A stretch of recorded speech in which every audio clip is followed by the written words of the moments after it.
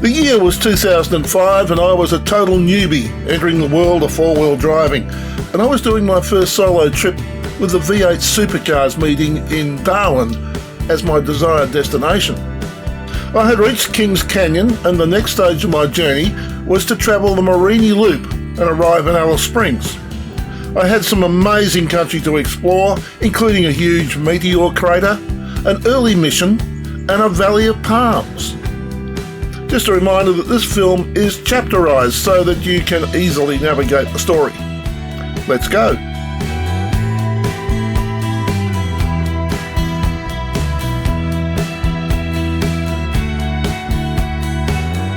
Well, good morning. It's Friday the 10th of June 2005.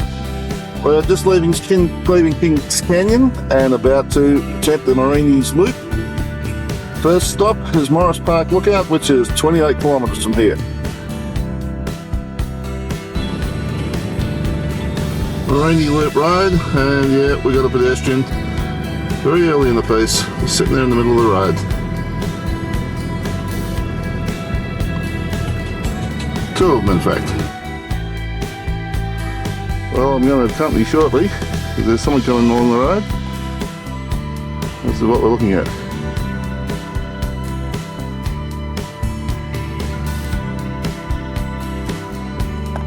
That's where we've come from, over there.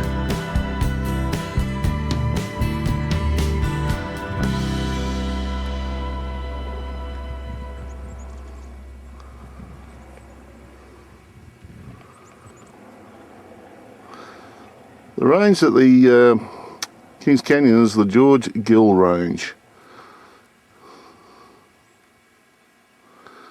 Okay, I don't hear the rattle of the tyres anymore, so the guy's at the bitumen. He should be coming around the corner here very shortly. Here comes our tourist.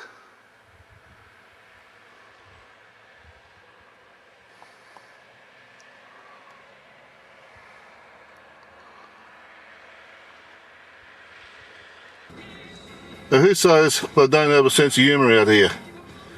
There's a little section of road here where you've got to slow down. So someone's written that on the side of the drum, lift on foot. Obviously now you can speed up again, put them back down.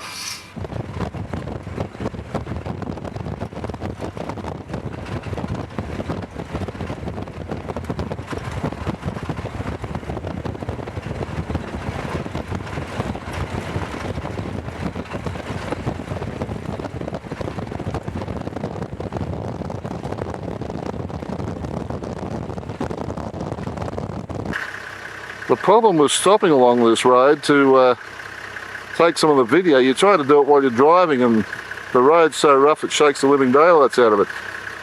So you decide to stop, and the reason you don't stop too often is because the road's so rough that when you get started again, it shakes the living daylights out of you.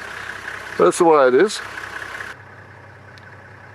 What also shakes the living daylights out of you is when you take your mind off the road for just a second and a camel steps out on the road right alongside of you. Yeah, that happened a few kilometres back. Wasn't expecting that.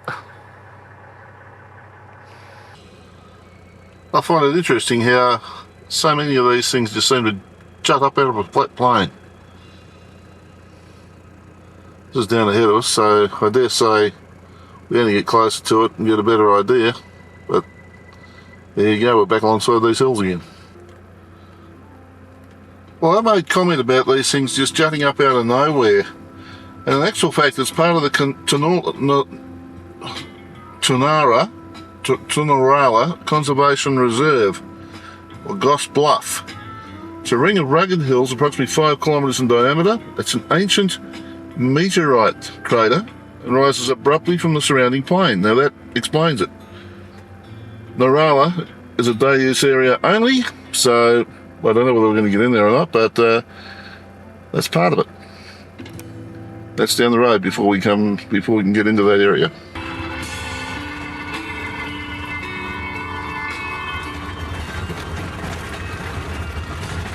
Well, let's have a guy go flying past me. I gave him plenty of room, and as always, no way with thanks.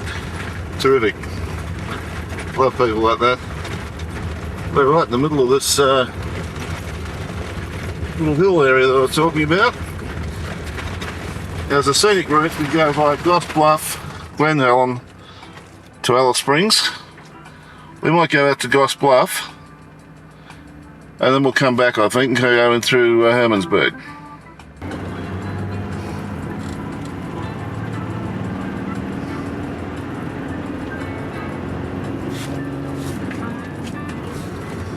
As always, the signs on the road, careful techniques are advised.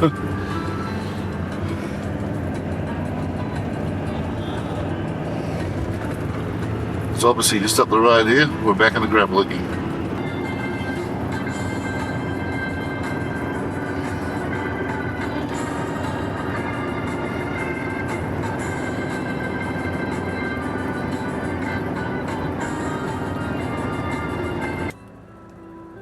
Once again I got it wrong.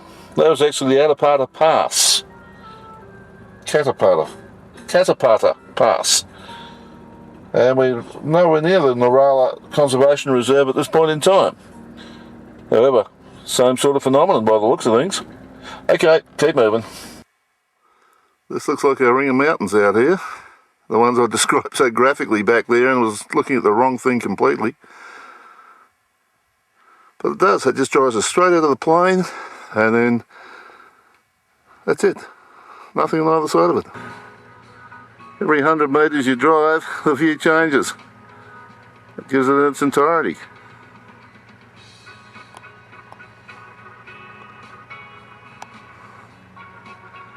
It stands up out of nowhere. Well, that says it all. Glen Helen Homestead is 72 kilometres away, but Narala, which is Gosse Bluff, is 18 kilometres. It's four-wheel drive only, which means it'll probably be slow driving getting in there, but we're going to go and have a look. Got a great shot from the Namatjira Drive with the sun shining on those glorious hills down there.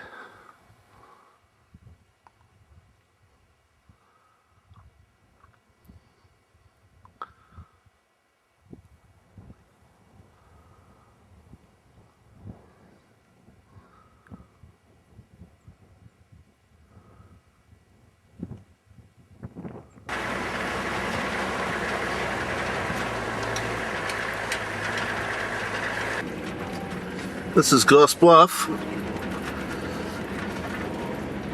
Rather awesome going in.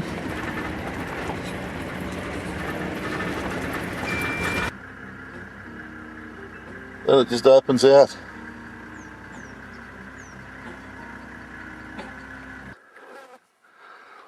That's basically the way we came in.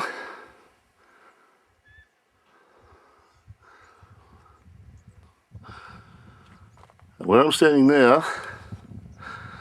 is right in the middle of this ring, and it goes all the way around.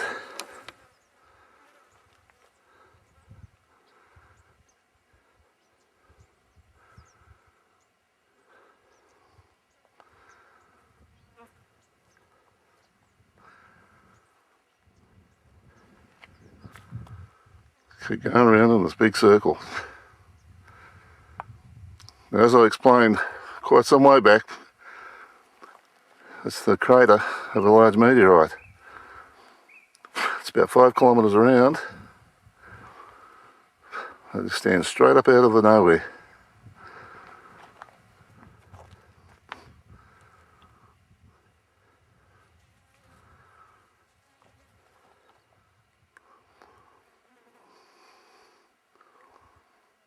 There we are, back where we started from. Well, they say you can only get into this place in a four-wheel drive. Well, they say four-wheel drive only. I guess it's a recommendation. It is possible to get in here in a two-wheel drive, but you would take your chances, I guess. As with anything, I think two-wheel drive will go to most places in Australia these days, but no idea if it rained, then maybe it could be a bit of a different story. This is a phenomenal place. Absolutely amazing.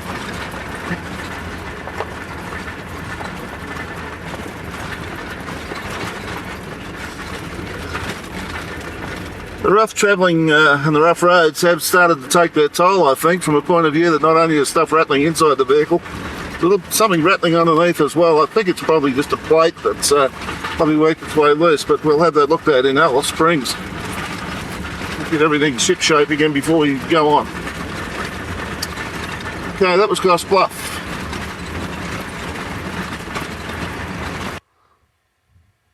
Well, this is apparently Albert Namatjira's second dwelling. First one was built in Hermannsburg for his wife and himself, and it got a bit small. So he shifted out to the Finke River, which I assume is this just down here, and built this place. Had a local sandstone with an iron roof, and he had 7 kids. It's a 2-roomed house.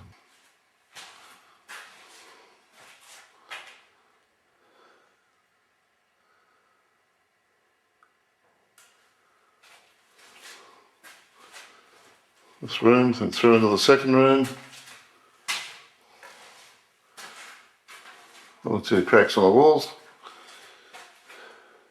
Isn't surprising, I suppose, considering the age of the place.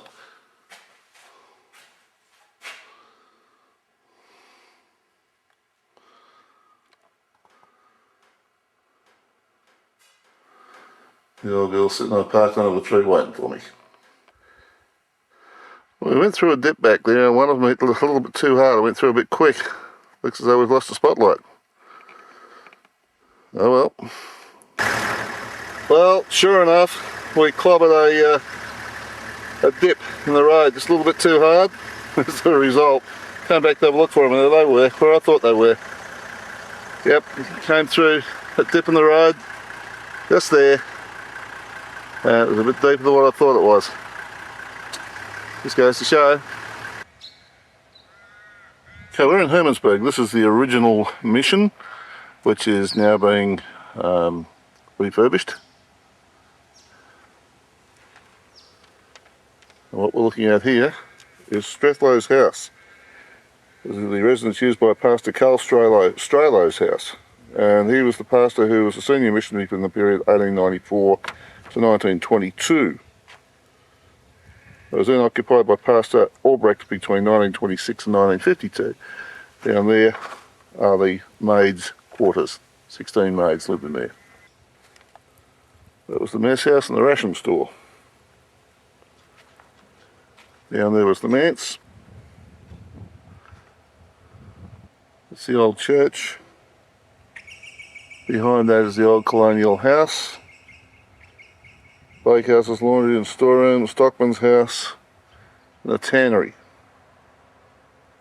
Over here, a little building is the correspondence school, and next to the gate there is the old schoolhouse.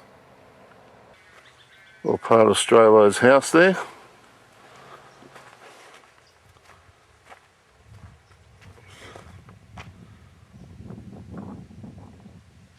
This is the old colonist's house here. The colonist's house was built in 1885. It was used to accommodate married labour workers or colonists who assisted the missionaries. One room served as an Aboriginal school prior to the construction of the old schoolhouse in 1896. Now houses a museum. This building here was the smithy, the blacksmith. A lot of these buildings here at the moment don't seem to have the right sort of gear in them for the period. Obviously with the restoration they're still trying to get all the stuff together that they need. This little building behind the church is the mortuary. We caught dead in there, eh? Apparently the bodies of deceased Aboriginals were laid out here before burial. So it reminds you a little bit of the code of the Sicilian, doesn't it? You stab them, we'll slap them. Can't believe I said that. The tannery here was developed in the 30s for turning kangaroo skins into boots and shoes and things like that. And this little place over here is the correspondence school. Now this one here is the schoolhouse, can't be totally devoid of desks and things. As I said earlier on, there's a desk out there, so maybe we'll put it out under the trees for the moment. But obviously looking for relics of the past to furnish these buildings with. This is the interior of the church, and obviously there's a few pews and things. Probably it's still used for services, just looking at this. It has some plastic chairs at the back here.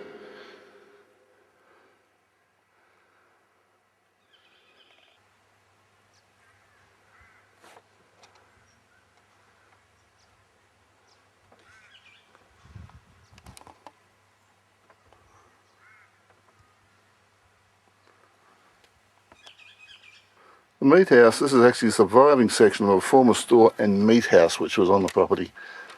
Fairly sad state of repair at the moment. As I say, there's a lot of funds required to bring this back up to a form of satisfaction. So over here was the bakery and the dining hall.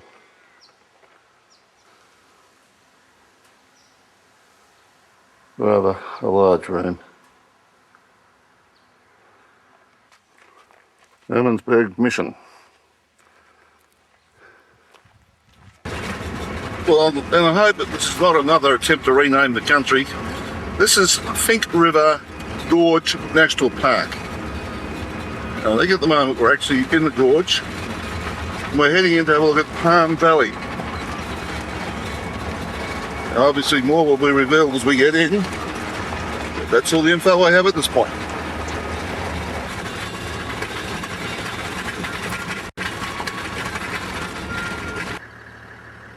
Well, we've gone down this Finke River Gorge, has gone in and in and in, and all of a sudden, this is Palm Valley. The palms just growing out of the rocks here. The deeper you go, apparently the more they come.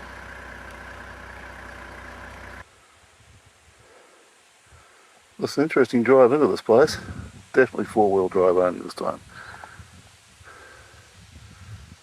As we get in the river, these palm trees here. That's why it's called the Valley of the Palms, I guess. We're going to keep walking in there. Someone stuck a tree there.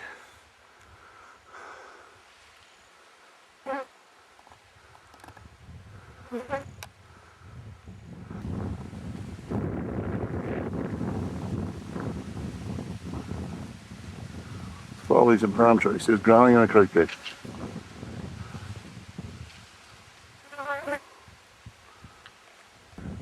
Okay, this is further down the creek bed. It's definitely getting thicker. Either that is or we are, because we're still walking. I think one of us is fitter than the other. It ain't me. Okay, this isn't me panting, it's the guy I'm walking with. He's got a gammy leg. Just recovered from a motorbike accident. And I just recovered from a computer chair. Quite amazing. Rather rugged country. Those palm trees just run along the bottom.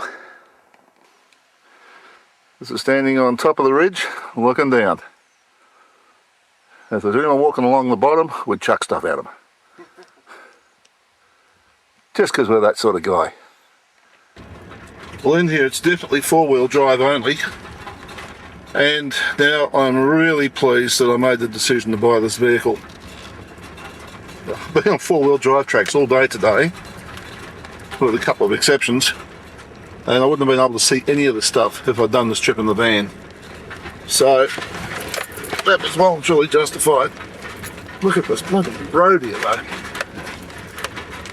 Okay, back to the job. Now I don't know whether these are wild or whether they belong to the station here. Few horses. There's all sorts of things wandering across the roads.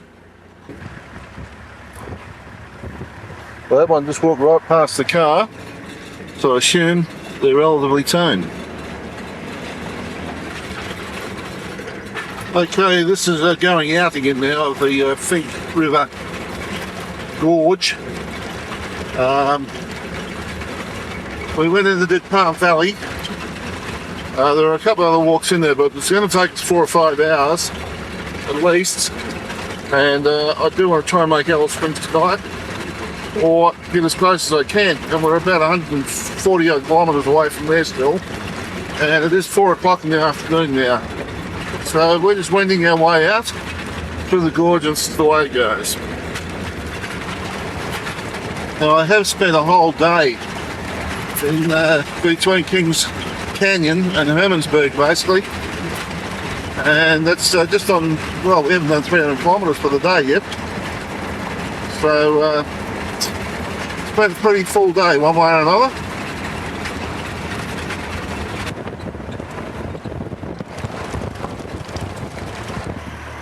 Little cave up there.